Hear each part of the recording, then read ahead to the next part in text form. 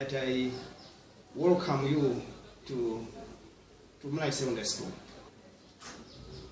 On behalf of all members of staff and students, and indeed on my own behalf, I would like to express our sincere thanks to you, officials of IT Africa in the UK and officials of computers from Malawian schools, for identifying our school to be a recipient of this huge donation.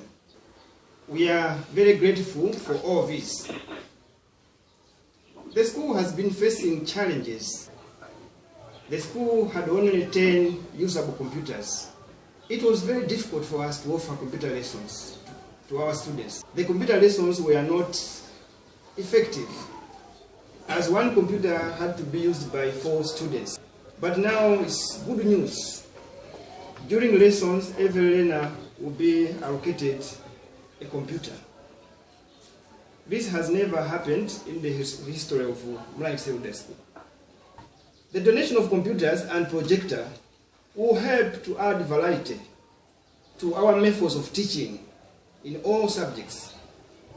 Members of staff will now have access to images and animations which have a greater appeal to learners than plain textbooks.